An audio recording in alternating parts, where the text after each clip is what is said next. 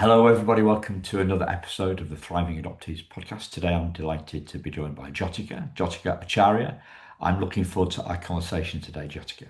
It's been a while, and you've been going through the mill, as you explained to me, right? Yeah, thank you for having me. You're welcome. You're welcome.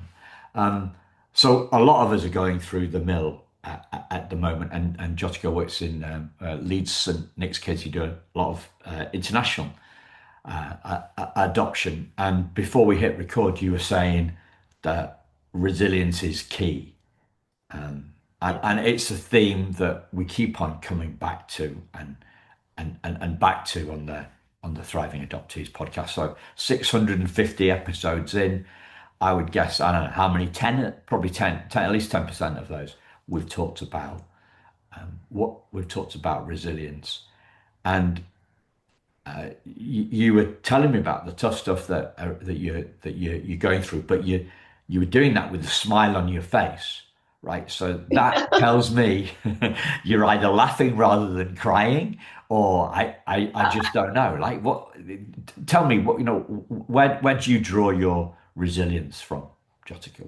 What does resilience mean to you? Um, it connects to how I define thriving because I know that that's a question that you're going to kind of ask me as well. And I thought about like, what does thriving mean to me? And I think it go back to being able to say thriving is not perfection. Thriving is understanding what I want, who I am, facing challenges with growth and positivity as the guide, and the ability to continue moving forward. And that is kind of like par and par with resilience, right? So I think when there is challenging times, I go back to knowing that I am safe and I am whole and we're going to get through this, right? And being able to stay calm, collected through the process. Yeah, So, yeah, that's kind of where I am right now. that's And why you. just, So it's about, is it about your, in a word, is it about your grounding or your roots or, yeah, I mean, I think everyone has their background, family, personality that defines who they are and how they're grounded. Um, and I think I've had the privilege of living a life from childhood until adulthood where I felt very grounded and protected to be able to face challenges in my life. And I think that's what helps me to lead as an adult as well. yeah. Yeah. For me, you said keeping on going. For me, there's always, there's also a fact that that's all it is, right? I just keep going. I don't shrink back in a way that it's more about what I do than how I feel because I know that my Mhm. feelings are all over the place. You Yeah. know, Yeah. one minute I'm the king of the hill, the next minute I'm forecasting all sorts of bad bad futures, right? So I Yeah. kind of I know that my thoughts and my feelings are kind of all over the place. What it's more Yeah. important than what I think or how I feel is I just keep going, like no matter what. So it's more about tenacity and action than it is about emotional or psychology. Yeah. And I think for me, what always comes to mind is that the only constant in our lives is change. And so knowing that although we feel many emotions, because I definitely do, um, it's going to change. It's not going to be something that is permanent. And so that also kind of drives my ability to say, okay, let's just keep moving forward because this is not going to be forever and it's going to change. But I have control over how I react to it and where I lead my future. So I'm going to keep going in that positive direction. Yeah, yeah. It sounds like we're together on that. It's about action. You mean you mean that the feelings are going to change and the situations are going to Correct. change. Exactly. Yeah, Yeah. But our actions is things that we can control. yeah, So we have to choose yeah, what works for us in the direction that we're going. yeah.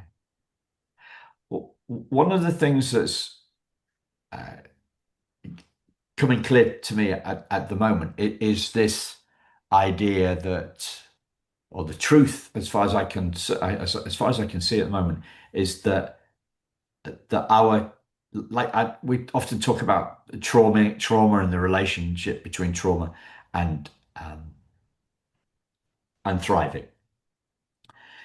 And it seems to me that the feelings of trauma come and go. They're not a constant either. And somehow Mm-hmm. that feels quite significant for me. Um, Mm-hmm. what do you make of that? Um, yeah, I mean, trauma isn't linear, it's kind of cycles. And so that makes sense, right? Just like um, how two people can have the same traumatic event but receive it very differently and react from it very differently. So I definitely agree with kind of the ups and downs of trauma and how we deal with it, and also time. Time to digest and understand trauma can also affect how you react to it from the date of the event to 20 years later, Yeah, right? Those are very two um, images of the same traumatic event. yeah. Um, yeah. Do you see a distinction between trauma and traumatic events?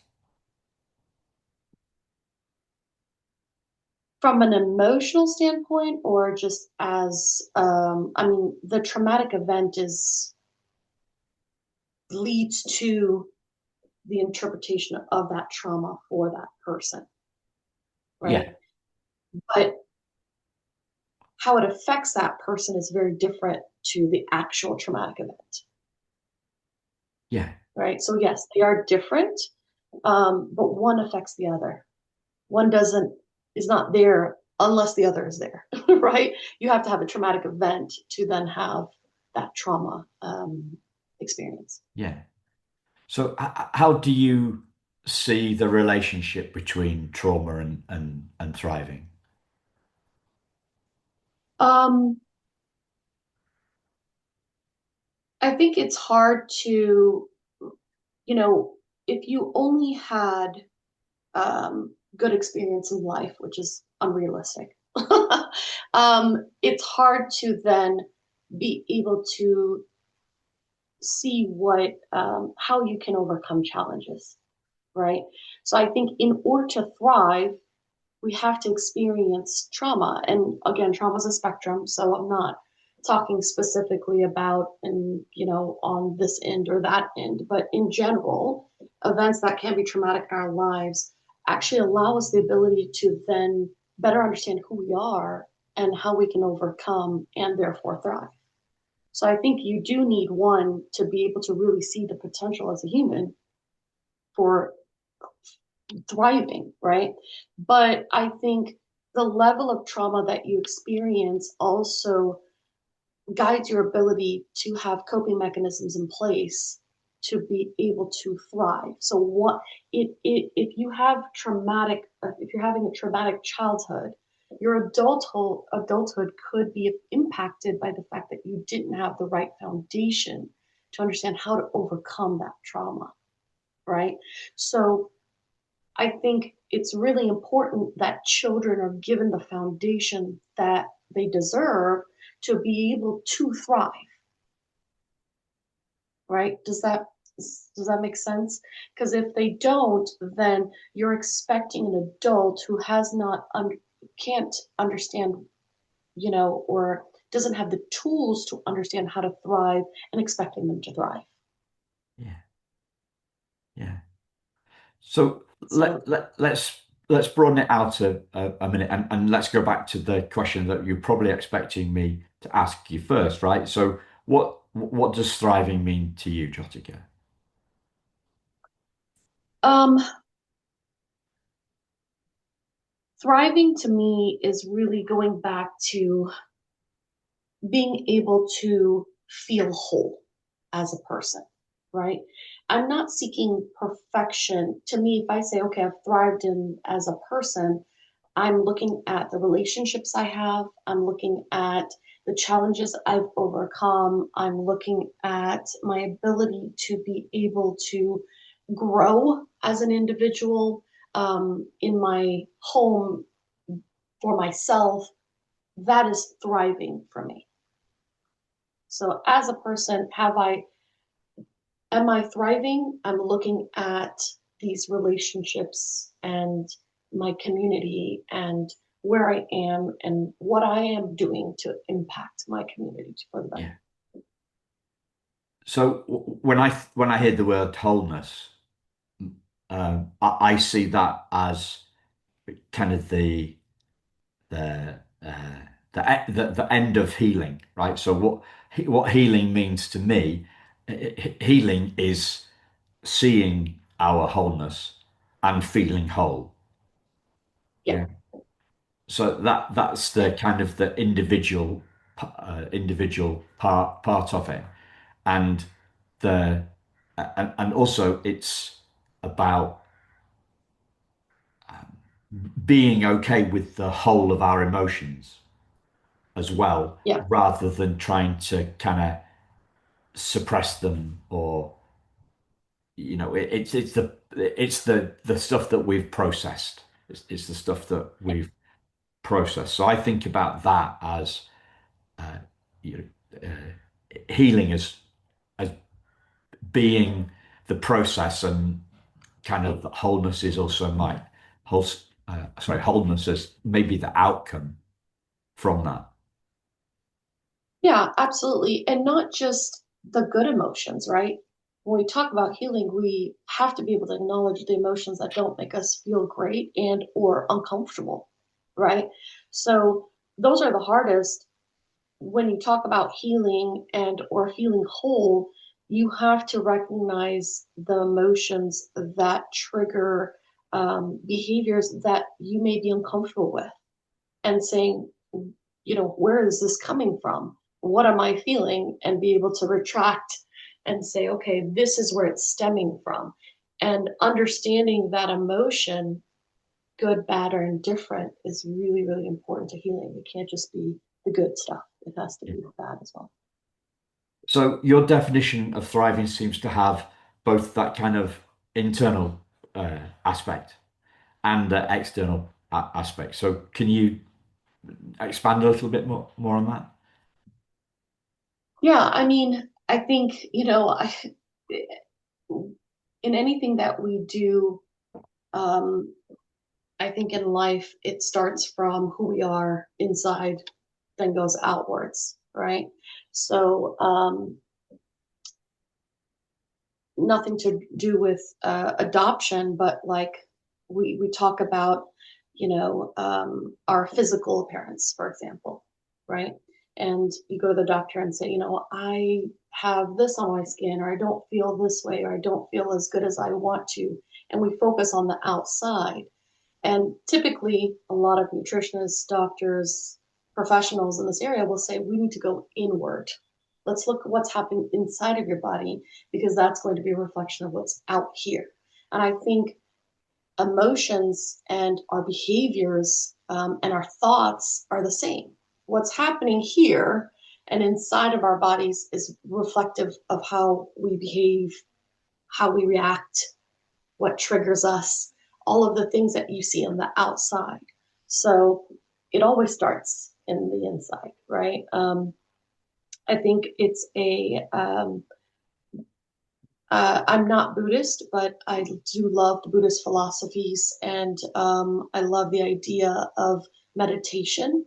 And when you take thoughts from inside, you recognize there's thoughts before then taking them out into the world. I think it's a great practice to be able to center yourself and say, how am I reacting to this? What what is this doing for me, this emotion, this thought, but starting from the inside. If that makes Yeah. sense. Um, I guess a Buddhist philosophy would separate who we are from the thoughts that we think, though, right? It would, but I think they're interrelated, right? In order to separate them, you have to understand them. So even if you are like when you're meditating and you have a thought, you have to acknowledge that thought before you let it go, right? So it's really important to understand your environment, not just outside, but internally as well, right? Majority of our impressions of ourselves is not from outside, it's within ourselves, right?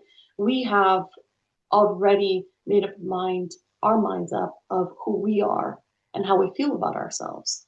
And that self talk of how we praise ourselves or we're negative towards ourselves impacts who we are without anyone saying anything about who we are.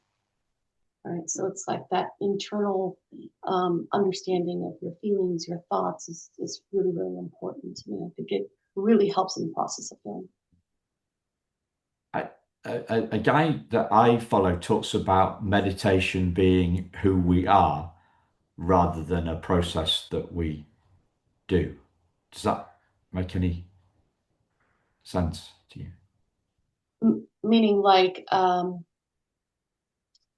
the act of meditating is who we are, or the purpose of meditating. Um, what he's what he's getting at. This is a chap called Rupert Spira, who is a non-dual teacher. So non-duality draws on lots of well draws on the essence of lots of different religions, including Buddhism. And so he would express this as perhaps a Buddhist might through a metaphor. So what he's saying, meditation is who we are. That means that we are the piece of the sky, right? The sky. Our natural state is at peace. That's the sky, and the clouds are the are our feelings, and clearly Mm, trauma is a felt a felt thing. It's made of feelings, or it's made of feelings, or it's made of thought, and therefore that's the cloud that is obscuring to some degree the sky, but it's not changing mm. the sky. Yeah, yeah. I mean, that's a great way to look at it. I think that's a great metaphor. I don't know what you would call that. I mean, if we think about who we are and how we define ourselves, and if we are the sky and we're that constant, we're ever, nothing can change us. It's just the clouds that are in front of us that we have to analyze and understand and let pass, right? I think that's a beautiful way of recognizing who we are as people. Because I think at the heart of it, all human beings are good. That's just my perspective in life, right? It's what happens to us that changes our behaviors, our thoughts, and who we are. So if we can go back to the original of like, we were born as good people, right? And we can get back to that, then you can change it. You have that power, right? But it's our minds are very, very powerful. Our brains are very powerful. And so we have to understand our brain before we can then make that change. Yeah, yeah. Yeah. You mentioned identity two or three times. It's I think from one perspective it can be kind of a many layered and a very complex subject, and from another, like from this perspective, well, we're the sky. That's a pretty simple way of looking at it. Um, how do Yeah. you see how do you see identity? Yeah, I mean, I have this conversation with my son all the time. Like, I am your mother, but I'm also Jyotika. I am a daughter, but I'm also a supervisor.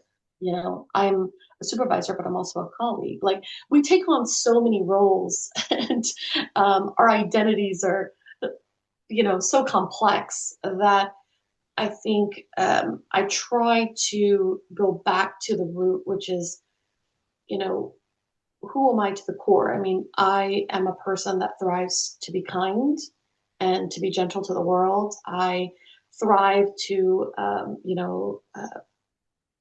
surround myself with people that are supporting me and I am supporting them. And it goes back to that emotional component, right? But identity can be, developed over time. It can change over time. It can be something that you manifest. It could be something that, this year I identify as X, and the next year it may evolve into something else. But I think going back to like the root of how you identify yourself as a person, I think can really help you to better understand like where you fit in this world. Yeah. What is your purpose? But it is What? complex. Yeah. What have you learned about identity and adoption in your years in this space, Jyotika? Yeah. I think, identity plays such an important role in feeling whole and in turn thriving. Like those three things are very much linked together.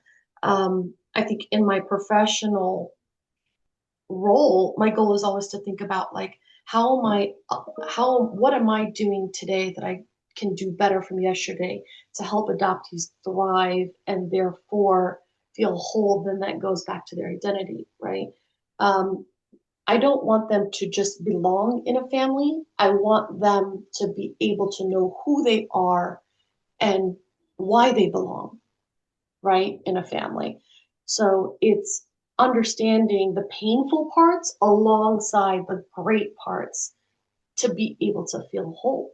It goes back to knowing where you came from, how you were born. I mean, simple things, you Yeah. know, if possible, your biological parents, their circumstances, the circumstances of the adoption plan being developed, those are really, really critical components to an adoptee, in my opinion, because it helps them to understand the evolution of their life and how they got to where they are today. So, Yeah. what do you think drives our thriving? As from the perspective of a professional or from the perspective of, Let's start with you, and then we'll broaden it out to the adoptees, if that's okay. yeah, meaning like, sorry, ask the question one more time. What drives our thriving, our thriving as human beings? Your thriving as a human being, at its most kind of essential. Yeah, to feel a purpose, right? Not to get so philosophical, I feel like our whole our whole conversation has been very philosophical, but it comes down to like, why am I here on this earth? What is my purpose? You know, um, I think we get a lot of our purpose from our environment and our nurturing, our and some is inherently in us as human beings. I feel as well, right?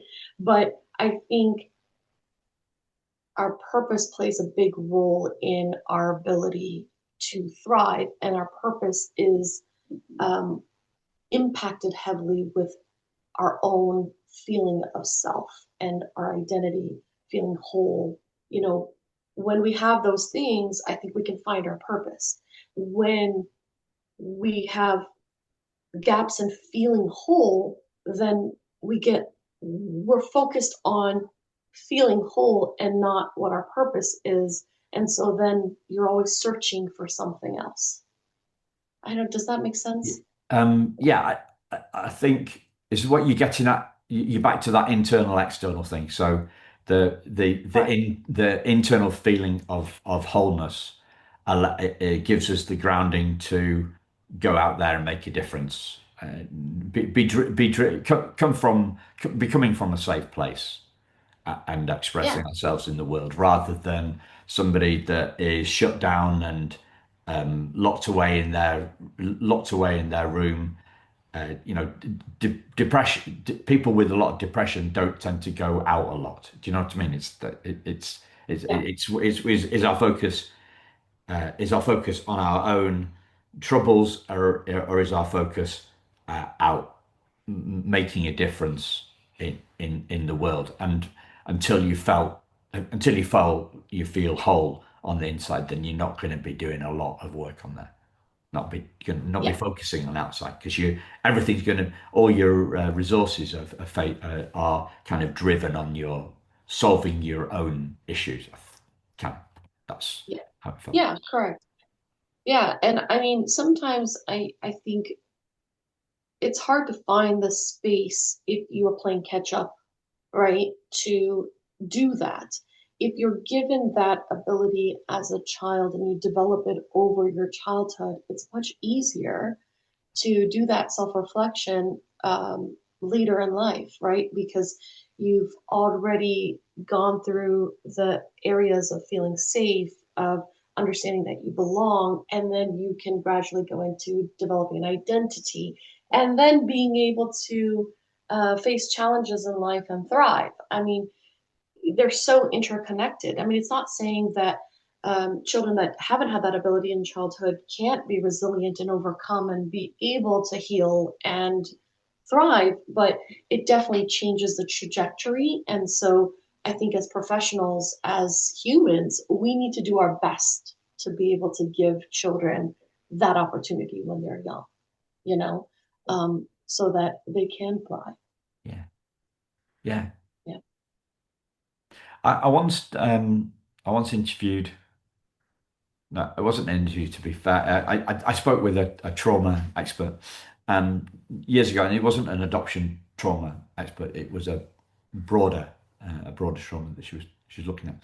And I I I said, so what's the difference that makes the difference? Because as I understand it, and as the data shows, not everybody that goes through a traumatic event has PTSD, right? So I was asking her about Right. that, and she listed. So I said, what's the difference that makes the difference? Whether you get PTSD or you don't, and she listed a lot of um, factors. And it struck me that I said, well, those are all sorry, those are all external factors. What about the internal factors? Um, and and she kind of drew a blank on that, Hmm. which I thought was really interesting. Her focus was purely on the external, but what Yeah. you've been talking about is far more holistic. It's far more internal as well. So, what do you Hmm. think is the internal difference that makes the difference, or the external difference, or take both, answer Yeah. both as you like. Um, I mean, maybe my thought is, growing up, I was raised Hindu. And so there was a lot of focus on looking inward whenever there was a problem. So maybe that's where my root is coming from of like looking internal. Um, my father meditates 4 hours a day. So there's a lot of internal Mm. reflection in my house. Yeah, And even growing up, it was very much like, you know, um, you cannot do for anything for anyone else unless you know how to do things for yourself, right? You can't solve problems or help others solve problems unless you know how to solve your own. So there was always that bringing back to you component. Maybe that's why I'm rooted this way. Yeah. And don't get me wrong, I think our external factors can have a huge impact on how we interpret and heal and understand and overcome. But um, I think if we're taught what we need to then establish clear boundaries, then it's very easy to say, okay, this is not a me problem, this is a you problem, but here's what I need to thrive. Can you give me that? And be able to have that exchange, right? And so I was taught that very early in life. And so I've used that as like a mechanism, a tool to be like, to have meaningful conversations with people. And don't get me wrong, there are triggers that Yeah. you know I'm like, why am I so triggered by this? And it's because I don't know how to bring it back to me. But it's a practice I'm trying to work on Yeah. every day. Yeah. And that's kind of like, I guess, where I get it Yeah. from, is Yeah. that teaching from a young age, from in my own home. And it kind of, although you raised the hand, it kind of fits in with the American way because the American way is a bit more self-reliant than the British way as a culture. Okay. Yeah. Yeah, that could have an impact as well. I mean, being South Asian, I think we have a heavy emphasis on family and making sure that what we are doing is not just for ourselves, but for our community and our, because it takes a village. That was As they very say, clear yeah. early on in my life. But it's interesting that you point that out because I did grow up in the US, right? This has been my experience. And so I've always wondered how being South Asian and an immigrant in the United States has impacted my ability, and why am I more American or am I more Nepalese? Yeah. Right? And I've always been on that like middle where it's like one foot's over here, one foot's over there. And so being from being Nepalese, but growing up in the United States, I'm sure has impacted kind of how I see the world, Yeah. and how I really, I mean, I think one of the biggest things about living in America, that my parents also, the reason why they came here is like the opportunity and the ability to make something out of yourself from nothing. That's the American dream. And so I've always had that idea in my head that I work hard enough on something that I will thrive. And so that gives me that, that hustle that I have as like, it's under my control, but also that South Asian side. It's like, if I thrive here, I have to give back here, Yeah. and it goes back and forth. So yeah, that's interesting. Like, because you could say put the helping others, you could put that in the South Asian box, right? Yeah. But having said that, like there's so many. Again, a difference between the UK and the US is philanthropy is far bigger in the States than it is than it is in the UK, I'd say. Oh, really? I Yeah. didn't realize that. Yeah, yeah. Oh, So the you know crazy. the and religion too. Religion is bigger. Although we have a leader, a supposed a leader of our state, who is a king, but you might not know this, but that King Charles is his role is one of his roles is head of state and head of the Church of England, right? So you think, well, surely, with that, British people would be more religious, but they're not. Mm. They're Hmm. they're they're not at all. So Yeah, yeah, it's oversimplistic, to look at these things yeah, and put them into the different boxes. But for me, the kind of the self-reliance piece is is incredibly powerful and a driver for leadership. Leading your St. Nick's, leading St. Yeah, Nick's, or me leading me, right?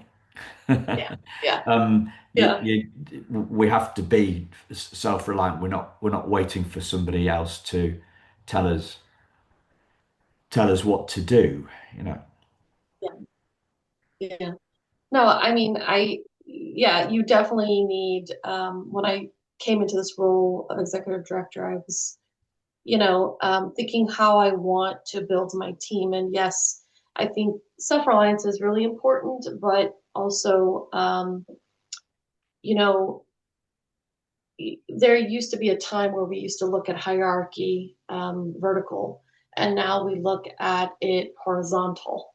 And I think that's very powerful in so many ways because the all the pressure doesn't need to be on one person.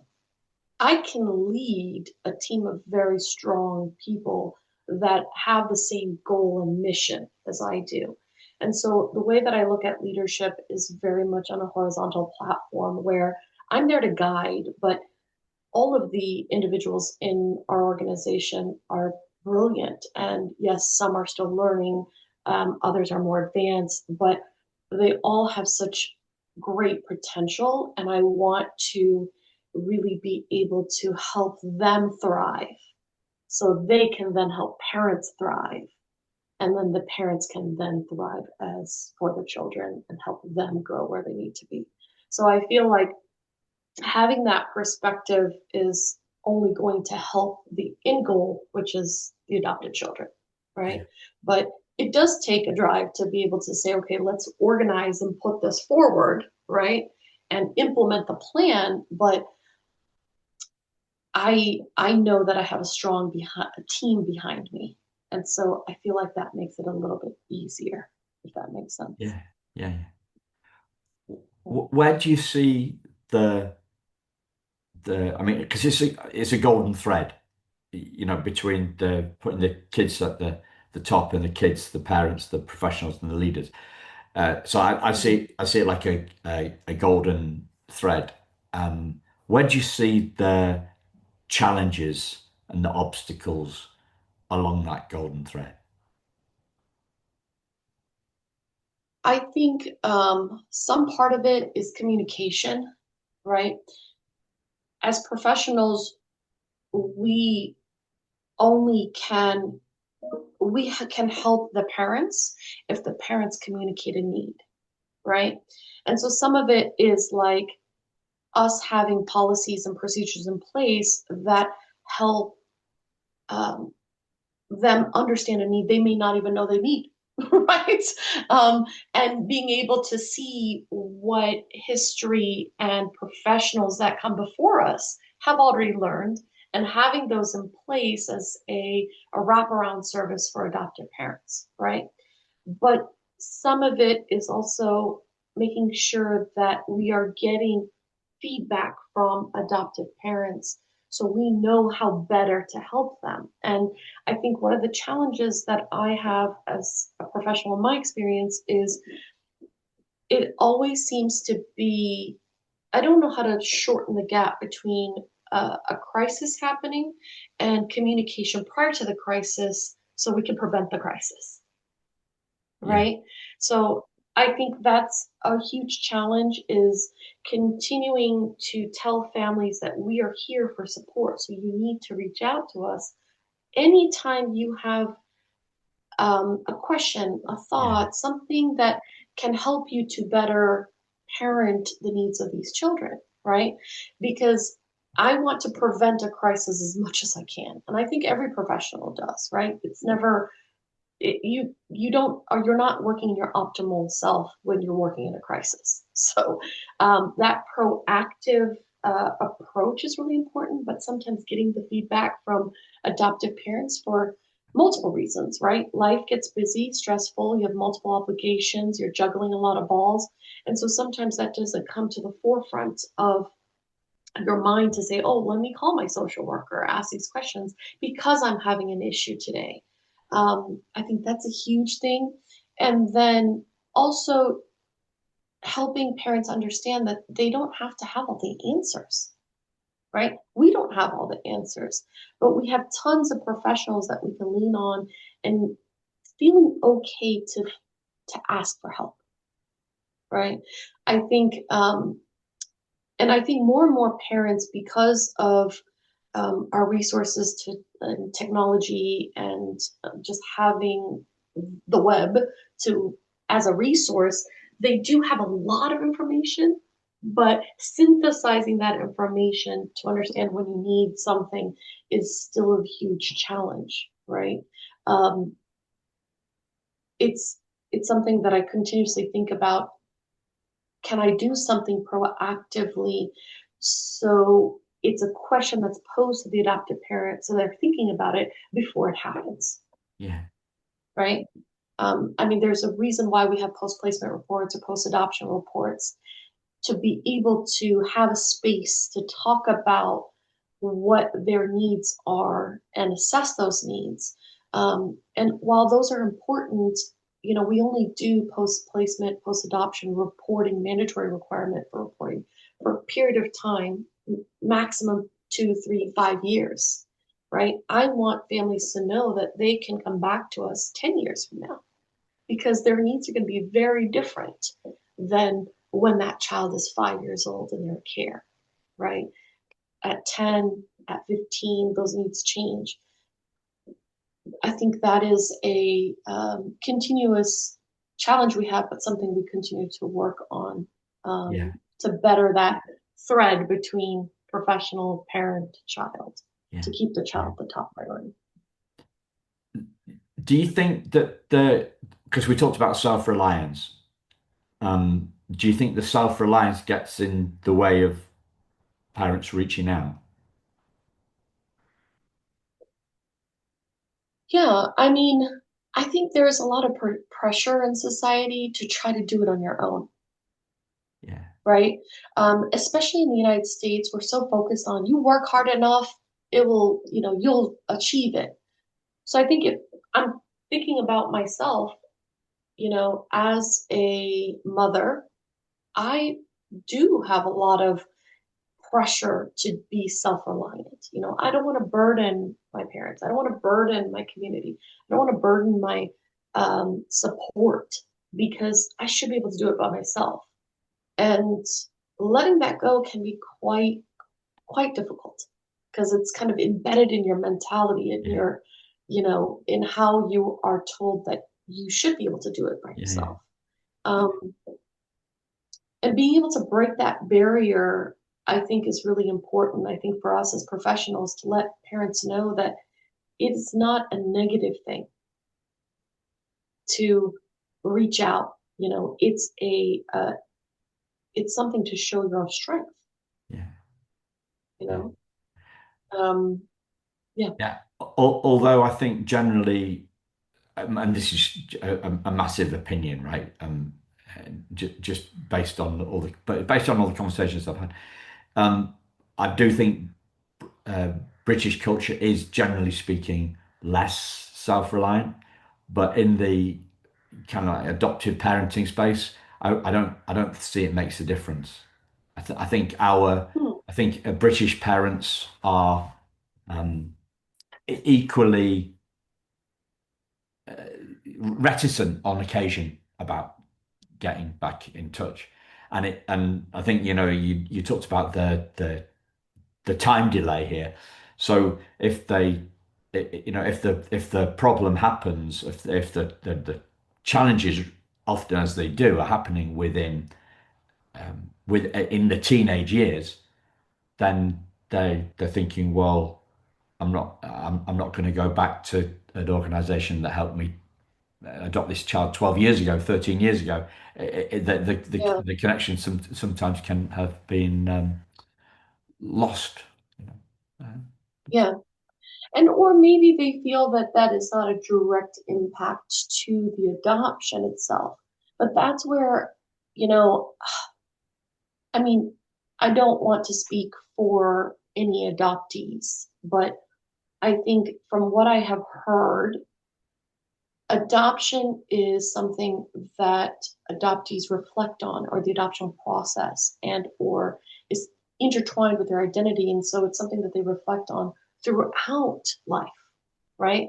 So when an adoptive parent comes with a challenge, say in teenage years at 15, I think sometimes they push it aside and say, okay, that's because that person is a teenager, having no connection to the adoption side of things, right? And I think as professionals, what I try to tell adoptive parents is like, it may have some to do with it, it may have a lot to do with it, but the question to ask is there something to do with it? And how do we help you thrive and or understand this change in your life and connection to identity, right? I I don't want to ever say it has nothing to do with an adoption that happened 13 years ago, right? Maybe that would help them to be able to reach back out and say, what support services can I use to help my child? I don't know. I'm just speaking out loud right Yeah. now, but It's those are the things that like it's complex because I don't know how to help them at that time, no. and I hope that they are more vocal to be able to tell us. Yeah. I think we've got to it can be a rabbit hole. Is this a human thing or is this, sorry, yeah, is this a teenage thing or Mm, is this an adoption thing? And that can be a rabbit hole. And yeah. speaking as a 59-year-old now, the people that I speak to say, well, just deal with it. Like, let's get to grips with let's solve it. We don't need to know the source to solve the Mm, challenge. Now, well, this challenge is something to do with your current thinking. Right? It's your current thinking. Like we talked about this earlier, this idea that's becoming clearer and clearer to me that trauma trauma feelings come and go. mhm. Trauma is a feeling, largely a feeling thing, right? Yeah, Feelings come and go. So if it was an adoption issue, then I would have always felt one way, but I haven't. My feelings have been all over the place since in the last 59 years. So yeah. it's more to do with how I'm feeling now and how I'm Okay. thinking thinking now. Yeah, Um, yeah. But did that approach work for you in terms of saying, okay, put that in the past, focus on this right now? yes, Okay. All right. That's good to know. but uh it it goes counter to pretty much what everybody says. So Mm, this is an outlier theory, but mm, mm, it's mm. but if so, I was talking to an adoptive mum about this last week, and I was talking about our fundamental wholeness. Right? So the what I mean, we talked about the sky earlier on, that the sky isn't damaged by trauma's storm, right? Yeah. The sky, and so um, if you the, so she said, well, this is a new thing to me, this wholeness, this idea of wholeness. And I said, yes, it is. It is new. People aren't talking about this. And she said, well, um, uh, we adopted from birth. My so my daughter had some of her trauma is to do with in her in utero experience. So I didn't pry, but I'm guessing something Yeah. like FASD or fetal alcoholism or something of that ilk, right? So what was going on in utero? And I said to her, well, is your daughter ever at peace? And she said, yes. And I said, well, that's who she is. Hmm. The the Yeah. the trauma comes and goes. The trauma comes and goes. It comes and goes in her, but she is inherently at peace. And well, we'll see. Like, but if I contrast that with somebody for example, who is born blind, then they're always blind. Yeah. Uh, Yeah. and by saying that this stuff, if there must be another factor at play, there must be another factor at play for this young adoptee. She's 12 or 13. There must be another factor at play other than her in utero trauma. Hmm. Yeah. And I don't know in terms of what this young lady or child knows in terms of her adoption and the circumstances, but some of the feelings or emotions I can only imagine have to also do with what she may not know, right? The unknown factors, because that can also reflect on your feeling of whole and yourself if you don't know where your biological parents um, were at the time or what their circumstances were or why they made the decision. And some of these questions they may never know, but that sense of not knowing can also impact how you see Yeah, yourself and therefore your identity and therefore how whole yeah, you feel. yeah, So there's a lot of factors you would have to kind of yeah. Well, dig maybe deeper.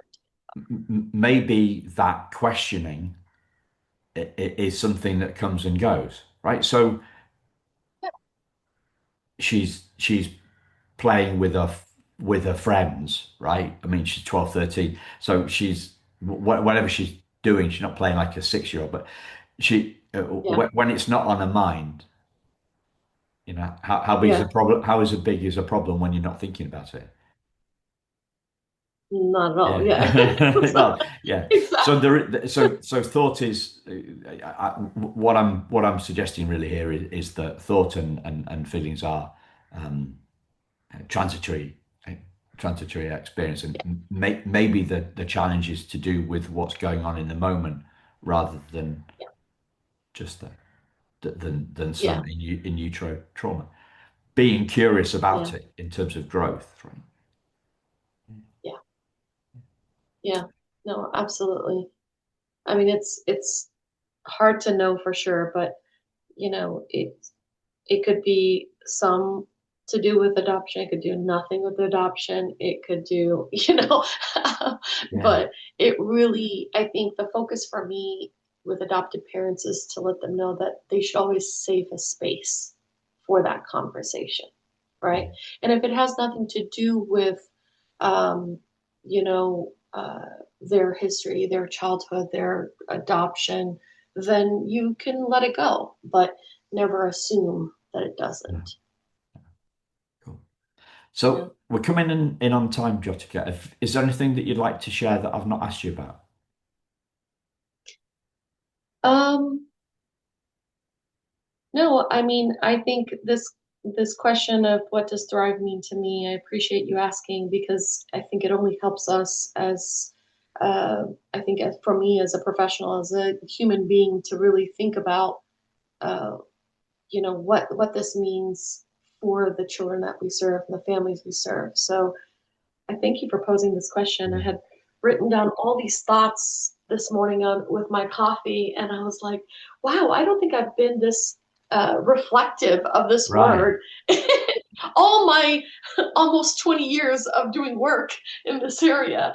So I appreciate you bringing up this question Yeah. and making us think and learn from what we do and how we can do it better. So thank you for having me. Brilliant. You're very welcome. Thank you, listeners. Thank you, Jyotika. We'll speak to you again very soon. Take care. Bye bye.